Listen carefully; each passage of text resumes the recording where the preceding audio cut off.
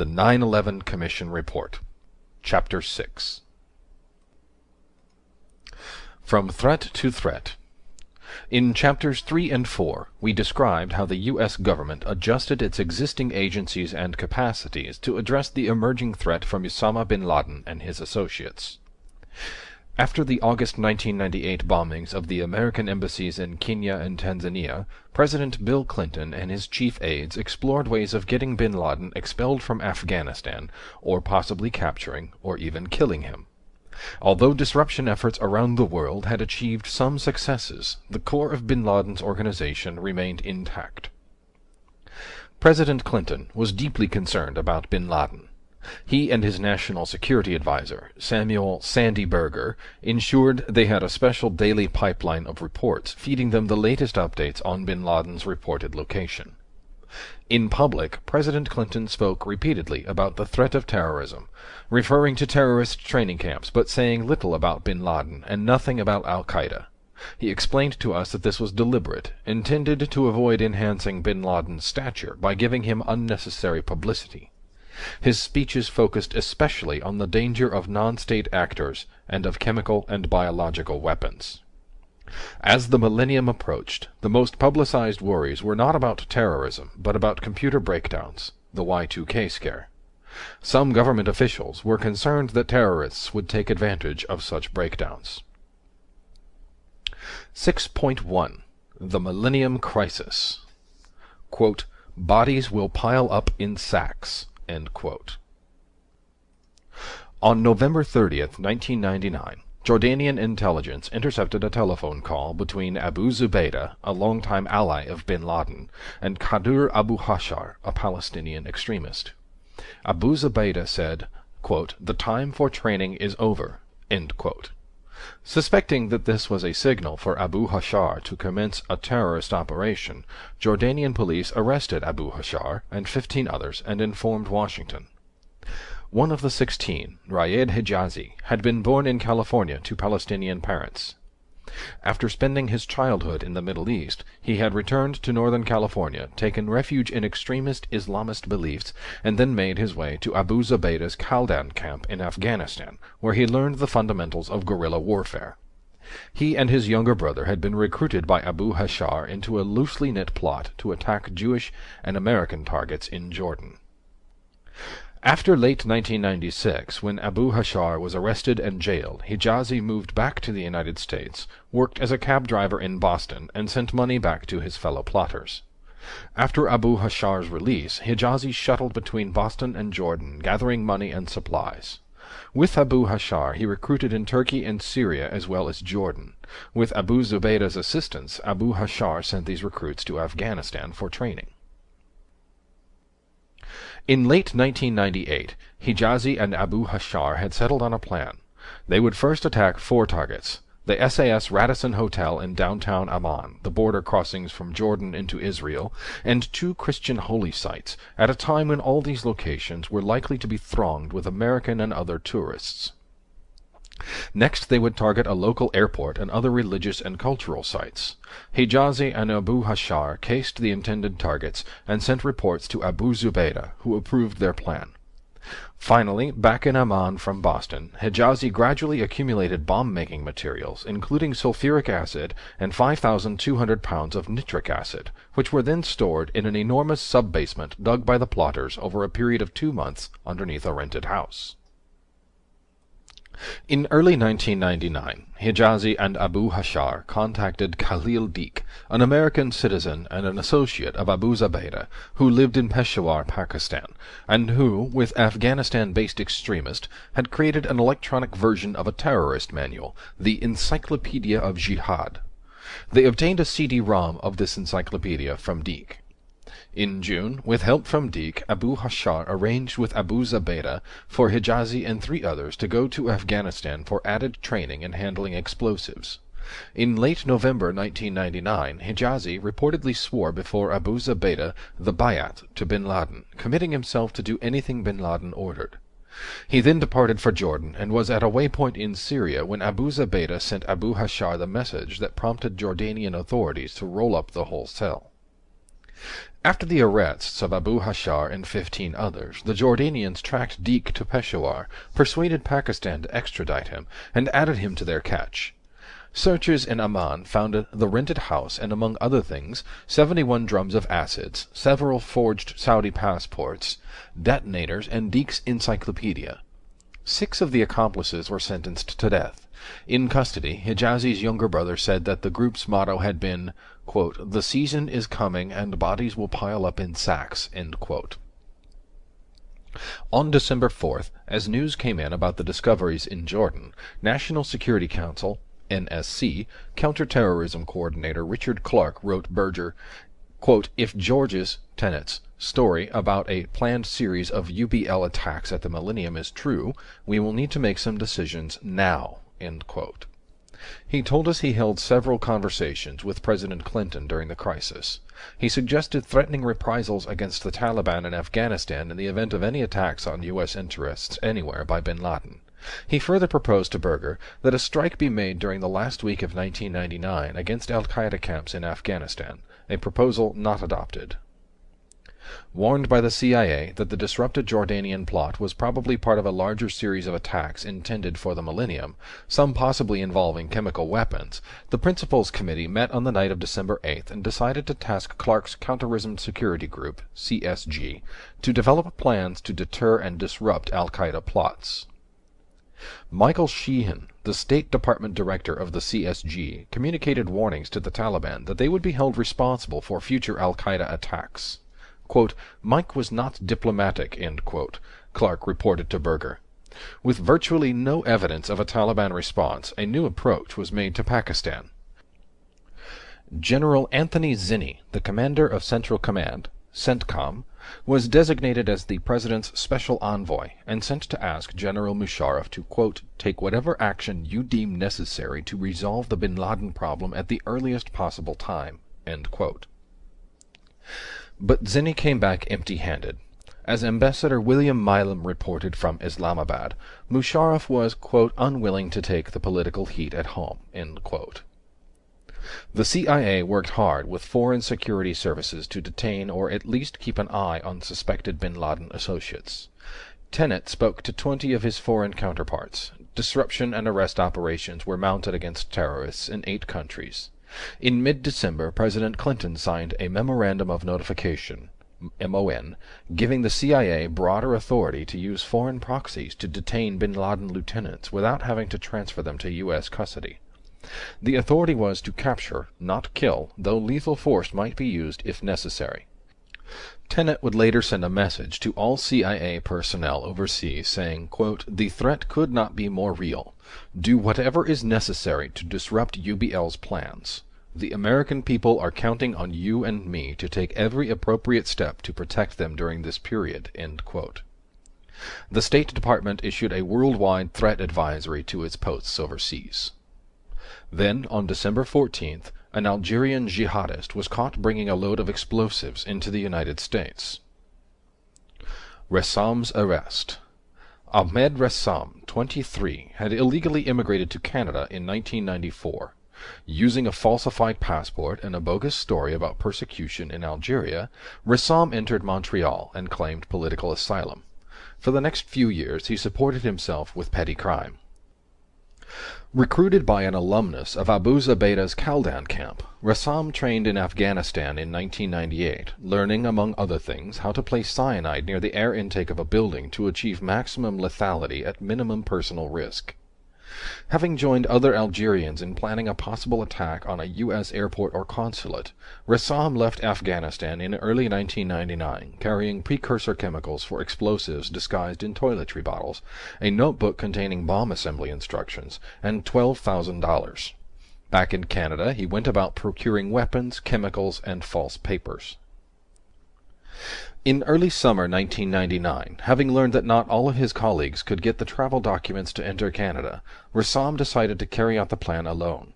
By the end of the summer, he had chosen 3 Los Angeles area airports as potential targets, ultimately fixing on Los Angeles International, LAX, as the largest and easiest to operate in surreptitiously.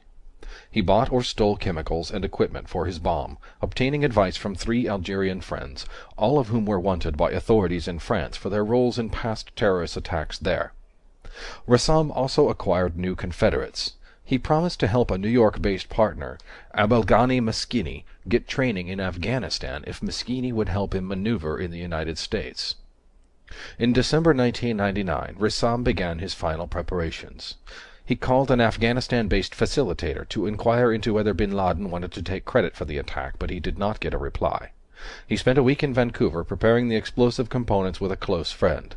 The chemicals were so caustic that the men kept their windows open despite the freezing temperatures outside, and sucked on cough drops to soothe their irritated throats. While in Vancouver, Rassam also rented a Chrysler sedan for his travel into the United States, and packed the explosives in the trunk's spare tire well. On December 14, 1999, Rassam drove his rental car onto the ferry from Victoria, Canada to Port Angeles, Washington. Rassam planned to drive to Seattle and meet Maskini, with whom he would travel to Los Angeles, and case LAX. Inset: a case study in terrorist travel. Following a familiar terrorist pattern, Rassam and his associates used fraudulent passports and immigration fraud to travel. In Rassam's case, this involved flying from France to Montreal using a photo-substituted French passport under a false name. Under questioning, Rassam admitted the passport was fraudulent and claimed political asylum. He was released pending a hearing which he failed to attend. His political asylum claim was denied. He was arrested again, released again, and given another hearing date. Again he did not show. He was arrested 4 times for thievery, usually from tourists, but was neither jailed nor deported. He also supported himself by selling stolen documents to a friend who was a document broker for Islamist terrorists. Rassam eventually obtained a genuine Canadian passport through a document vendor who stole a blank baptismal certificate from a Catholic church. With this document he was able to obtain a Canadian passport under the name of Benny Antoine Norris. This enabled him to travel to Pakistan, and from there to Afghanistan for his training, and then return to Canada. Impressed, Abu Zubaydah asked Rassam to get more genuine Canadian passports and to send them to him for other terrorists to use. Another conspirator, Abelghani Maskini, used a stolen identity to travel to Seattle on December 11, 1999, at the request of Mokhtar Hawari, another conspirator. Hawari provided fraudulent passports and visas to assist Rassam and Maskini's planned getaway from the United States to Algeria, Pakistan, and Afghanistan. One of Maskini's associates, Abdel Hakim Tezega, also filed a claim for political asylum. He was released pending a hearing, which was adjourned and rescheduled 5 times. His claim was finally denied 2 years after his initial filing. His attorney appealed the decision, and Tezega was allowed to remain in the country pending the appeal. 9 months later, his attorney notified the court that he could not locate his client. A warrant of deportation was issued. End of inset. They planned to detonate the bomb on or around January 1, 2000. At the Immigration and Naturalization Service (INS) pre-inspection station in Victoria, Rassam presented officials with his genuine but fraudulently obtained Canadian passport, from which he had torn the Afghanistan entry and exit stamps. The INS agent on duty ran the passport through a variety of databases, but, since it was not in Rassam's name, he did not pick up the pending Canadian arrest warrants. After a cursory examination of Rassam's car, the INS agents allowed Rassam to board the ferry. Late in the afternoon of December 14th, Rassam arrived in Port Angeles. He waited for all the other cars to depart the ferry, assuming, incorrectly, that the last car off would draw less scrutiny. Customs officers assigned to the port, noticing Rassam's nervousness, referred him to secondary inspection. When asked for additional identification, Rassam handed the customs agents a Price Costco membership card in the same false name as his passport. As that agent began an initial pat-down, Rassam panicked and tried to run away. Inspectors examining Rassam's rental car found the explosives concealed in the spare tire well, but at first they assumed the white powder and viscous liquid were drug-related, until an inspector pried apart and identified one of the 4 timing devices concealed within black boxes. Rassam was placed under arrest. Investigators guessed his target was in Seattle. They did not learn about the Los Angeles airport planning until they re-examined evidence seized in Montreal in 2000. They obtained further details when Rassam began cooperating in May 2001. Emergency cooperation. After the disruption of the plot in Amman, it had not escaped notice in Washington that Hijazi had lived in California and driven a cab in Boston, and that Deke was a naturalized U.S. citizen who, as Berger reminded President Clinton, had been in touch with extremists in the United States as well as abroad. Before Rassam's arrest, Berger saw no need to raise a public alarm at home, although the FBI put all field offices on alert. Now, following Rassam's arrest, the FBI asked for an unprecedented number of special wiretaps. Both Berger and Tenet told us that their impression was that more Foreign Intelligence Surveillance Act, FISA, wiretap requests were processed during the Millennium Alert than ever before.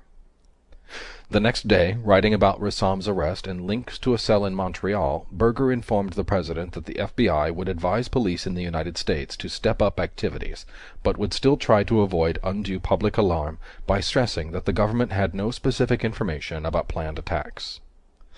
At a December 22nd meeting of the small group of principals, FBI Director Louis Freeh briefed officials from the NSC staff, CIA, and Justice on wiretaps and investigations inside the United States, including a Brooklyn entity tied to the Rassam arrest, a seemingly unreliable foreign report of possible attacks on 7 U.S. cities, 2 Algerians detained on the Canadian border, and searches in Montreal related to a jihadist cell. The Justice Department released a statement on the alert the same day. Clark's staff warned, quote, "Foreign terrorist sleeper cells are present in the U.S. and attacks in the U.S. are likely," end quote. Clark asked Berger to try to make sure that the domestic agencies remained alert. Quote, "Is there a threat to civilian aircraft?" end quote, he wrote. Clark also asked the principals in late December to discuss a Foreign Security Service report about a bin Laden plan to put bombs on transatlantic flights. The CSG met daily. Berger said that the principals met constantly. Later, when asked what made her decide to ask Rassam to step out of his vehicle, Diana Dean, a customs inspector who referred Rassam to secondary inspection, testified that it was her, quote, "training and experience," end quote. It appears that the heightened sense of alert at the national level played no role in Rassam's detention. There was a mounting sense of public alarm. The earlier Jordanian arrests have been covered in the press, and Rassam's arrest was featured on network evening news broadcasts throughout the Christmas season. The FBI was more communicative during the Millennium Crisis than it had ever been. The senior FBI official for counterterrorism, Dale Watson, was a regular member of the CSG, and Clark had good relations both with him and with some of the FBI agents handling al-Qaeda-related investigations, including John O'Neill in New York. As a rule, however, neither Watson nor these agents brought much information to the group. The FBI simply did not produce the kind of intelligence reports that other agencies routinely wrote and disseminated. As law enforcement officers, bureau agents tended to write up only witness interviews. Written case analysis usually occurred only in memoranda to supervisors requesting authority to initiate or expand an investigation. But during the Millennium Alert, with its direct links into the United States from Hijazi, Deke, and Rassam, FBI officials were briefing in person about ongoing investigations, not relying on the dissemination of written reports. Berger told us that it was hard for FBI officials to hold back information in front of a cabinet-rank group. After the alert, according to Berger and members of the NSC staff, the FBI returned to its normal practice of withholding written reports and saying little about investigations or witness interviews, taking the position that any information related to pending investigations might be presented to a grand jury and hence could not be disclosed under then prevailing federal law. The terrorist plots that were broken up at the end of 1999 display the variety of operations that might be attributed, however indirectly, to al-Qaeda. The Jordanian cell was a loose affiliate. We now know that it sought approval and training from Afghanistan, and at least one key member swore loyalty to bin Laden. But the cell's plans and preparations were autonomous. Rassam's ties to al-Qaeda were even looser. Though he had been recruited, trained, and prepared in a network affiliated with the organization and its allies, Rassam's own plans were, nonetheless, essentially independent. Al-Qaeda and bin Laden himself did have at least one operation of their very own in mind for the Millennium period. In Chapter 5, we introduced an al-Qaeda operative named Nashiri. Working with bin Laden, he was developing a plan to attack a ship near Yemen.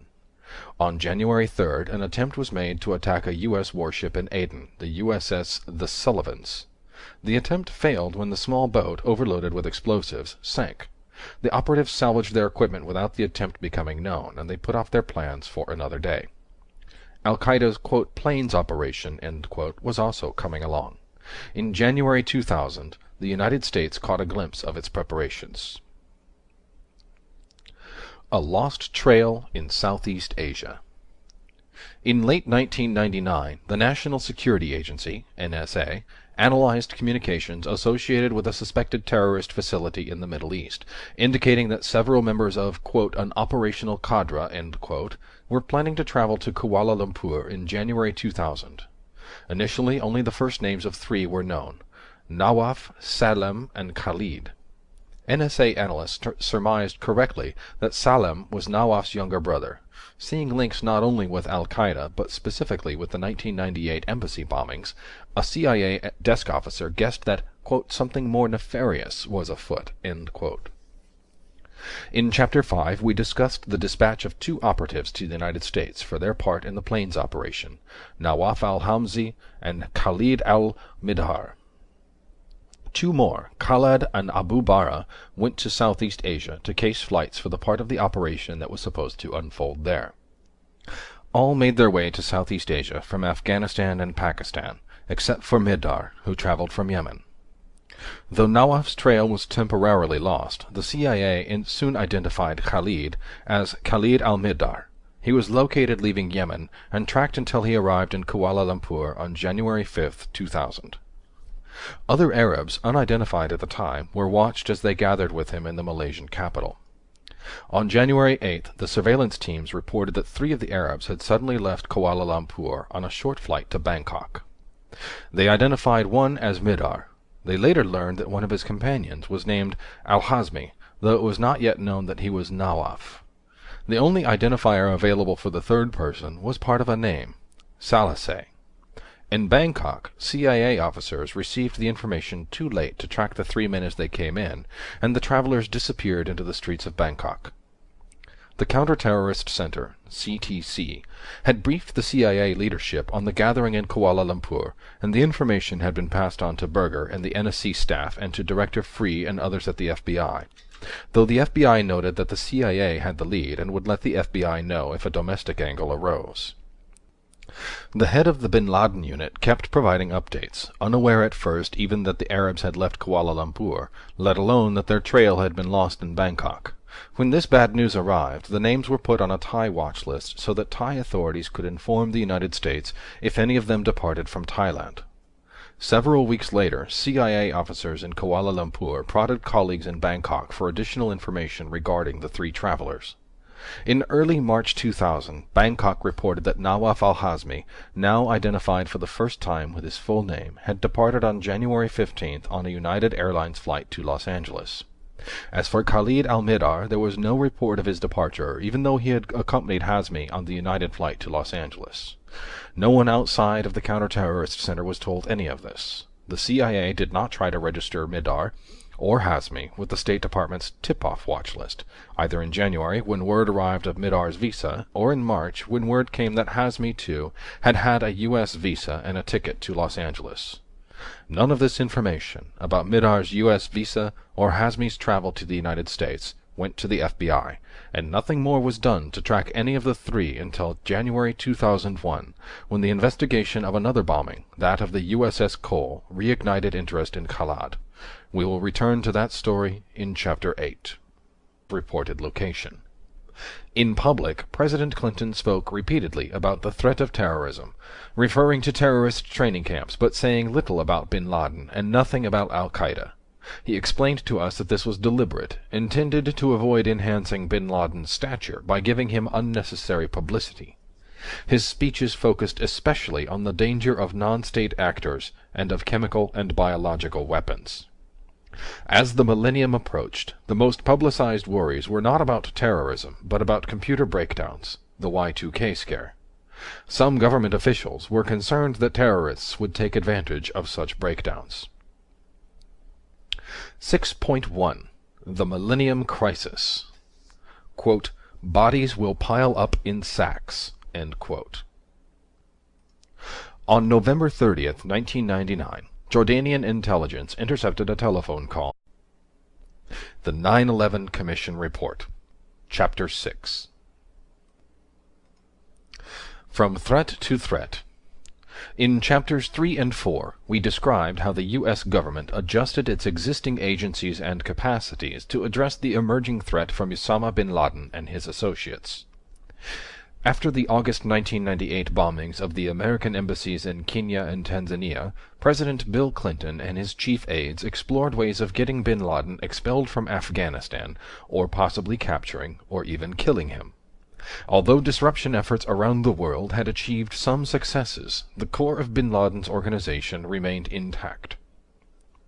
President Clinton was deeply concerned about bin Laden. He and his national security advisor, Samuel "Sandy" Berger, ensured they had a special daily pipeline of reports feeding them the latest updates on bin Laden. Hijazi moved back to the United States, worked as a cab driver in Boston, and sent money back to his fellow plotters. After Abu Hashar's release, Hijazi shuttled between Boston and Jordan, gathering money and supplies. With Abu Hashar, he recruited in Turkey and Syria as well as Jordan. With Abu Zubaydah's assistance, Abu Hashar sent these recruits to Afghanistan for training. In late 1998, Hijazi and Abu Hashar had settled on a plan. They would first attack 4 targets: the SAS Radisson Hotel in downtown Amman, the border crossings from Jordan into Israel, and 2 Christian holy sites, at a time when all these locations were likely to be thronged with American and other tourists. Next, they would target a local airport and other religious and cultural sites. Hijazi and Abu Hashar cased the intended targets and sent reports to Abu Zubaydah, who approved their plan. Finally, between Abu Zubaydah, a longtime ally of bin Laden, and Qadir Abu Hashar, a Palestinian extremist. Abu Zubaydah said, quote, "The time for training is over," end quote. Suspecting that this was a signal for Abu Hashar to commence a terrorist operation, Jordanian police arrested Abu Hashar and 15 others and informed Washington.